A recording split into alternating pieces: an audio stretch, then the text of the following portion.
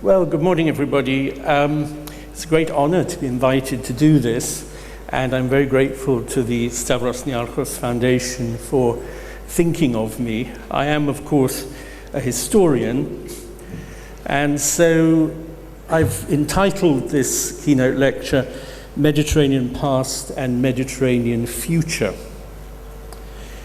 Well, how can a historical approach to the Mediterranean help us understand modern dilemmas? The history of the Mediterranean reveals a series of lengthy phases of integration and shorter, sometimes calamitous periods of disintegration, characterized by severe economic contraction and by political disjuncture.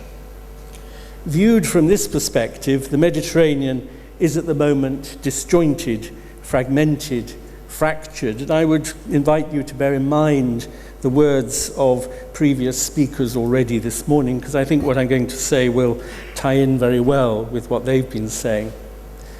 Some historians even talk of the death of the Mediterranean. Now, this is actually a deviation from its character over most of the past centuries, indeed millennia. The challenge is to bring the facing shores together again so that they interact creatively in the political, economic, and cultural arenas, and so that an integrated and secure Mediterranean can once again come into being. Taken as a whole, the Mediterranean has had great economic potential throughout its history. During periods of integration, the sum of the parts is and always has been impressive. Although this example is taken from long ago, the case of the massive and regular grain traffic supplying ancient Rome with food supplies from Tunisia and Egypt comes to mind.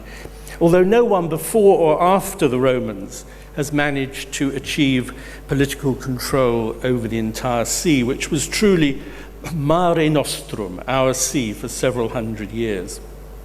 Nowadays, however, the countries on the northern shores of the Mediterranean find themselves looking to Brussels or maybe Berlin and Frankfurt for a solution to their economic problems.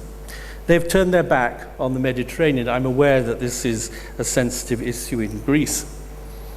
But economic interdependence can, in the right conditions, have the capacity to reduce tensions, and in the wrong conditions, to inflame them. Let me talk, for instance, about the argument that developed around the energy supplies to be found beneath the seabed off the Cypriot coast, a resource in which Turkey, Cyprus, Syria, Lebanon, and Israel have all, not surprisingly, expressed some interest. But the question of access to gas has actually brought together the governments of Israel, Cyprus, and Greece in a strategic relationship that goes some way beyond the problem of energy supplies, particularly when we bear in mind the role of Turkey in the region. There is another feature of the Mediterranean in past times that has to be emphasized, and that has a bearing on modern dilemmas. The Mediterranean has been a principal meeting point for the three Abrahamic religions, and interaction has been regular and at times intense, sometimes hostile, but often creative. Although it is tempting to think of the period of the Crusades or the great Spanish-Turkish wars of the 16th century as proof of the lack of integration in the Mediterranean, we can also find plenty of evidence for long, peaceful interludes during which Christian and Jewish merchants established themselves in trading colonies along the coast of North Africa and the Levant in Muslim cities, and consumers in Western Europe eagerly bought Eastern goods obtained from or through the Mediterranean. Silk and sugar from the Mediterranean, spices brought up the Red Sea into the Mediterranean. Trading communities from Venice, Genoa, Florence, and Barcelona built the commercial institutions we know today, banks, insurance, maritime law, to serve the interests of their trade networks that encompassed the Mediterranean. Religious barriers did not have to be commercial barriers. All this created a series of diasporas around the shores of the Mediterranean. Cosmopolitan port cities emerged, as we heard, that acted as hosts to mixed communities of people of many religions, ethnic origins, and cultural outlooks. This city of Thessaloniki or Salonika was home to a diverse population, including the descendants of Jews expelled from Spain in 1492, living alongside Greeks, Turks, Slavs, and others. Another example is Constantinople, Istanbul. For the area north of the Golden Hall, Pera Galata, was home to thousands of Italian merchants in the Middle Ages and after, as also to Greeks, Armenians, and Jews. The extreme case of a cosmopolitan Eastern Mediterranean city is Alexandria, which you see on the screen here, ever since its foundation by Alexander the Great in the 4th century BC. Now, early in the 20th century, Europeans accounted for 15% of the population, although it was they who exercised most of the economic power. In 1927, there were 49,000 Greeks in the city and 24,000 Italians. Overlapping with various nationalities, there were 25,000 Jews. Influential Muslim families, including the royal family, hailed from Turkey, Albania, Syria, and Lebanon. They, as much as the settlers of European descent, wished to identify strongly with European, particularly French, culture. Indeed, a 19th century ruler of Egypt, Ismail Pasha, expressed the view that, I quote, "Egypt must become part of Europe." I wonder how well that would go down in Brussels today, but anyway. Nationalist movements within the multi-ethnic Ottoman Empire, beginning in 19th century Greece, challenged this pluralistic outlook. In an age of rising nationalism, expulsion, flight from danger, forced assimilation, even mass extermination in the case of 43,000 Jewish inhabitants of this city, transformed one city after another in the old Ottoman realms. And apart from Beirut, by the 1950s, the port cities of the Eastern Mediterranean had largely ceased to be places of coexistence. And although tourist maps of Istanbul, if one counts it as a Mediterranean city, still insistently show synagogues and Greek and Armenian churches, these communities have shrunk greatly under pressure from Ataturk's emphasis on Turkish national identity. Well before Ataturk's career, Ottoman sovereignty in North Africa, often more theoretical than real, was being replaced by direct colonial rule on the part of competing powers based in Western Europe. A small corner in the far west for Spain, large tracts for France and Italy, with Britain exercising overwhelming influence in Egypt. In the era of colonialism, starting with the French conquest of Algeria in 1830, a new rapport was created across the Mediterranean, a hegemonic one that insisted on the more civilized character of the northerners as opposed to the inhabitants of its southern shores. Here you see a French illustration of the Italians conquering Libya, and you can see that the Italians are being portrayed as the bearers of civilisation, and then we've got the poor Libyans sort of running away absolutely in fear. We've got the French cruisers in the background, signs of modern technology, and we've got the mosque on the other side, which is obviously a sign of, if you like, the backward nature as seen by the colonialists. So by 1881, when a French protectorate was created in Tunisia, the region already contained 70,000 Italian settlers, bearing in mind that large numbers of those who settled in the French colonies were Italian and Spanish. Many of the 70,000 Italians came from Sicily, and there were 12,000 settlers from the tiny island of Malta, British possession. By the time of decolonization, following the Second World War, the European colonies in North Africa were home to 1.5 million settlers from France, Spain, Italy, and elsewhere, with well over 1 million in Algeria alone. And as I've said, in Algeria, only a minority could actually claim a French origin. And this sense of a common Latin, but not French origin, was reflected in the colonialist boast that the settlers were restoring Latinity to the Mediterranean, 1,500 years after the fall of the Roman Empire. It was, as it were, a new Roman Empire. And this theme rears its head in the famous work of Fernand Braudel on the 16th century Mediterranean. And perhaps we can see another expression of it. Here is de Gaulle in Algiers at a time when he was promising not to return Algiers to the native inhabitants, surrounded by all those generals who later on attacked him precisely for abandoning, or in their view, abandoning Algeria. Yet the colonists' descendants were to depart back to Europe in the second half of the 20th century, along with large numbers of indigenous inhabitants, many of whom then settled on the northern shores of the Mediterranean, above all in southern France. Tensions generated in North Africa during the era of decolonization were then transferred to cities such as Nice and Marseille.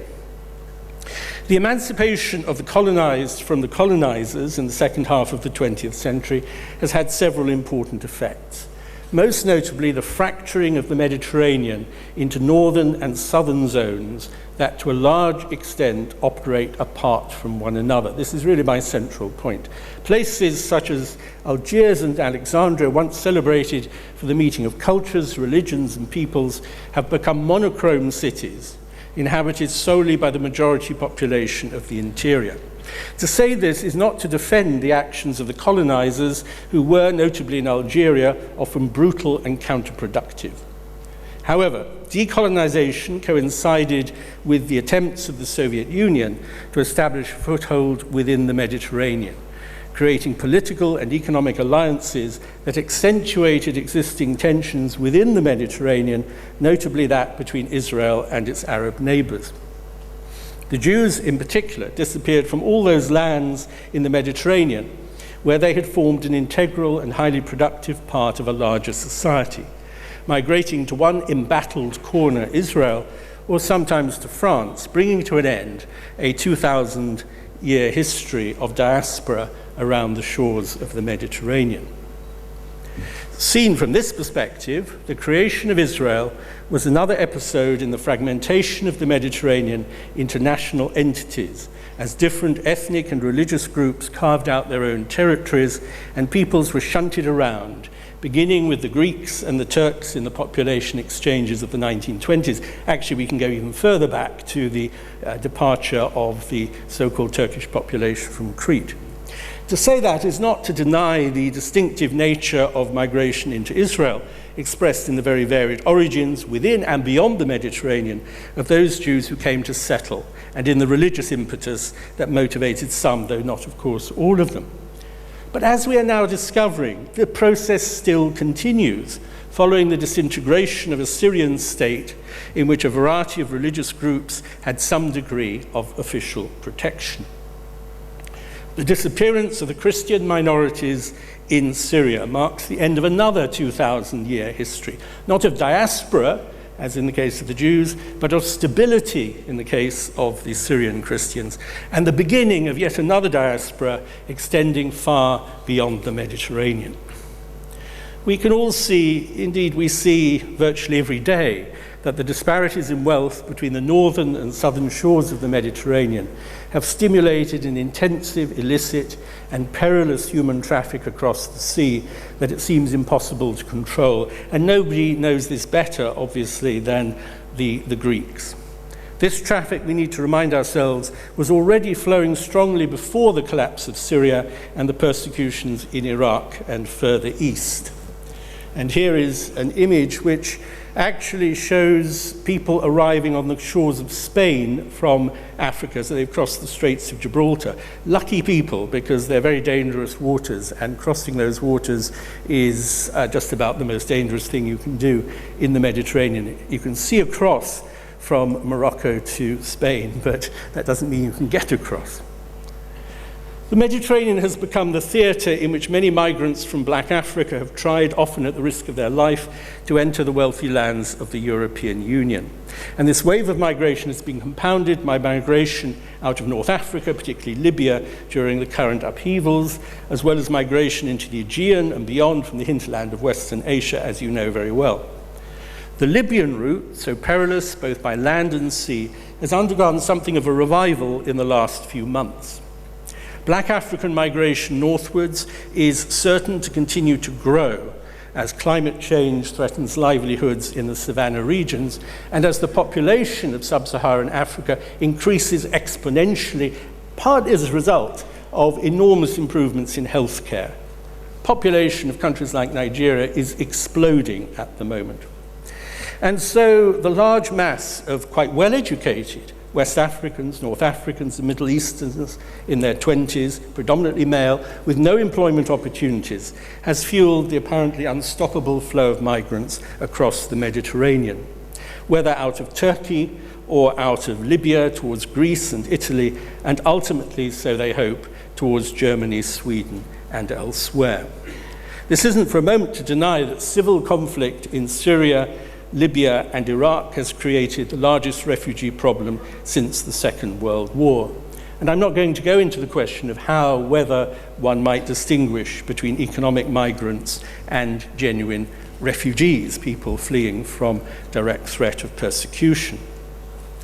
Now, this migration, accompanied by much danger and humiliation, stands in stark contrast to another type of migration that also dominates the modern Mediterranean. This type of migration is temporary. I'll try and get the picture to stay. Is it staying up? Yeah. This type of migration is temporary but transformative. We seem to have lost it. It's not that important, actually. It's just a picture of very large numbers of people sitting on a beach in Catalonia, just to convey some of the horrors of the overcrowding. People from Northern Europe and elsewhere converging on the Mediterranean in search of summer sun, a mass phenomenon of the late 20th century that has transformed the local industries, the labor market, the physical appearance, even the social and cultural norms of towns and villages along virtually the entire Mediterranean coastline of Spain, France, and Italy, and increasingly in Greece, Turkey, Tunisia, Israel, and other Mediterranean lands. Now, tourism brings short-term prosperity to many areas, but as we heard briefly in relation to archaeological sites, and we'll be hearing more about this, the environmental effects are severe. What we see, and I'll come back to the question of environmental effects in a moment, what we see is a heavy interdependence between a tourist industry and the economies of Northern Europe, injecting a further element of fragility into the economy of most Mediterranean countries. And this gets worse at times of political upheaval when popular destinations are suddenly rendered inaccessible. This happened to the coast of Yugoslavia, now Croatia, during the breakup of that country. But only in the last few months, terrorist outrages in Tunisia and Egypt have led to a massive drop in tourism towards the Tunisian coast and the Egyptian beach resorts, with severe effects on the economy of both countries. And the latest victim of this curse is Turkey, following bombings in Ankara and Istanbul. Meanwhile, the lands on the northern flank of the Mediterranean have seen their destiny as a European one, countries such as Italy and Spain turning their backs on the Mediterranean to participate in a European Union whose strongest economies lie away from the Mediterranean. Weaknesses in the economy of every single EU country within the Mediterranean, with the minute exceptions of Malta and Gibraltar, which still experience roughly 2.5% growth in the case of Malta, 5% in the case of Gibraltar, which is, of course, a minute colony. These weaknesses in the economy have only increased the sense of a fractured Mediterranean. 3 or 4 years ago, one would have said that if there is a tiger economy in the Mediterranean, it clearly must be Turkey, a state that is still trying to decide on its role in the wider region. Its impressive rates of economic growth provided a stark and startling contrast to the situation in Greece, and better performance than Romania or Bulgaria, as well as a comparable performance to the Baltic states. This, however, was not sustained, and it's also important to emphasize that trade not with the Mediterranean but with Germany was an important ingredient of this short-lived Turkish economic success. The other successful economy in the Mediterranean has been Israel, which has a particularly impressive record for the creation of start-up high-tech companies. However, its integration into the wider economic networks of the Eastern Mediterranean is seriously hampered by its political isolation and has been accentuated by the severe decline in Israel's relations with Turkey. I think this very close rapprochement between Greece and Israel may actually offer Israel a way out of this, but we shall see what happens in the next few years. The big question is how the relationship between the northern and southern shores of the Mediterranean can be reconstituted. It is interesting to observe how much investment, not just from France, but from China and Arab countries, was being pumped into Tunisia on the eve of the Arab Spring. But such successes may now seem precarious. By building a massive new port at Tanger Med, the government of Morocco is seeking to draw benefit from traffic through the Straits of Gibraltar. Now, this is actually the next image, but it's not coming up, I'm afraid. If we can get them, there we are, yeah. So this is an aerial view of the Straits of Gibraltar, Spain above and Morocco below. The government of Morocco is seeking to draw benefit from traffic through these straits and openly to challenge the Spanish port of Algeciras across the water. Now, Morocco actually asked to join the EU in 1987, and despite the expected rejection, a number of agreements tie the EU to Morocco. But increasing wealth among the Moroccan middle classes still has to be matched by a massive improvement in the condition of the urban and rural majority. Similar issues confront Algeria, which does, however, have the chance to benefit from massive energy resources. As for Libya, everything depends on the capacity of the recognized government to push back the ISIS affiliates who have gained control of parts of the country. And even if the government succeeds, which is far from certain, welding together a country whose national unity is not entirely obvious will be a major challenge. After that, to be sure, the oil could start to flow, but one is entitled to remain pessimistic. One cannot ignore the recent attempts to bind together the countries of the Mediterranean in a diffuse league of states that would be able to address common problems irrespective of political differences. And this was alluded to earlier. The first major initiative was the so-called Barcelona process of 1995, in which both the Mediterranean countries and all the members of the EU, as far north as Finland, were involved.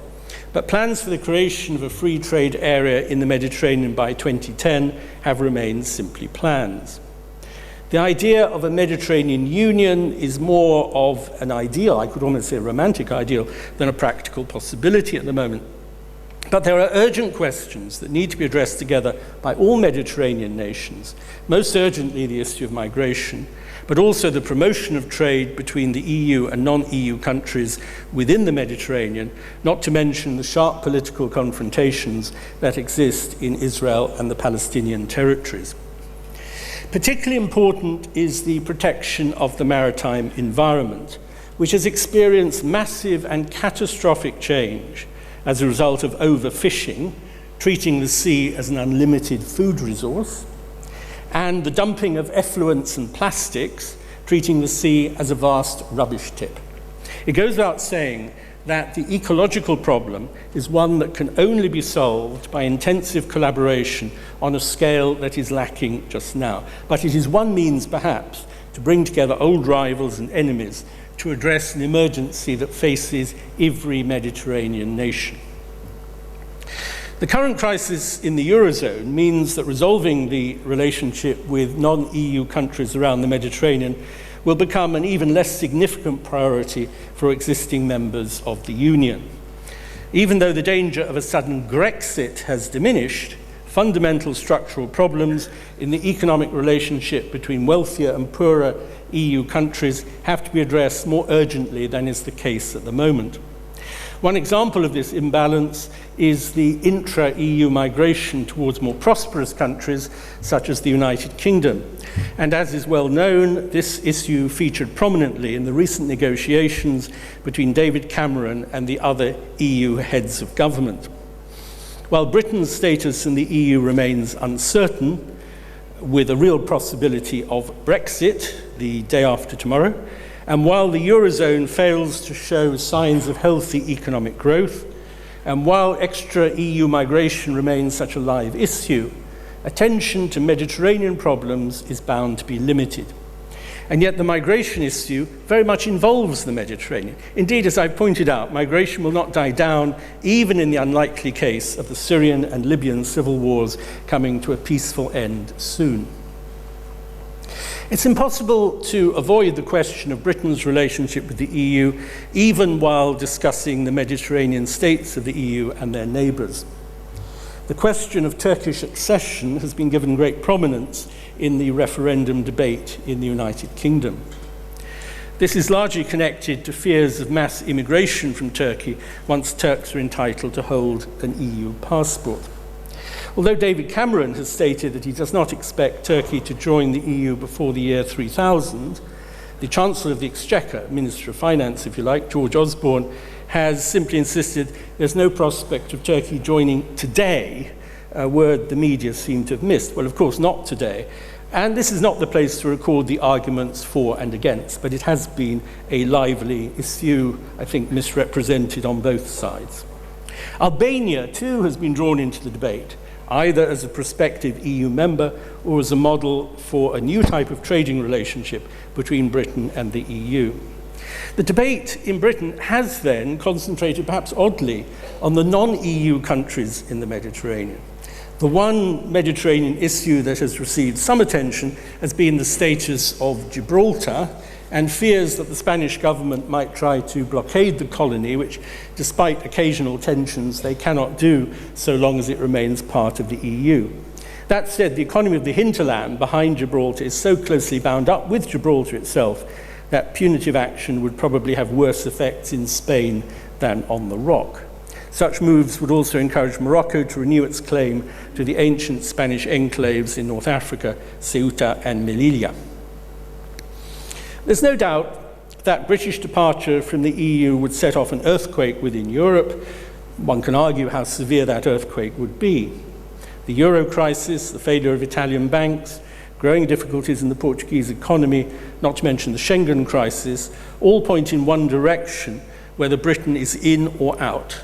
The time has come for the EU to think hard about its purpose and direction, and in particular about the relationship between the affluent north and a less prosperous south, where youth unemployment has reached staggeringly high figures and there is general stagnation. There's also an opportunity here to consider whether the top-down power structures in Brussels meet the aspirations of people across the Union and their expectation of democratic involvement in a matter as important as the government of 28, or maybe soon 27, states, whether more of the key decisions should be made in Brussels or in the capital cities of the member states. However, it's also vital to look beyond the boundaries of the European Union. Prospects for the creation of tight bonds linking all the Mediterranean countries in common enterprises continue to fade. I conclude with these rather grim words. The 21st century Mediterranean remains, therefore, broken and in need of repair. Thank you very much.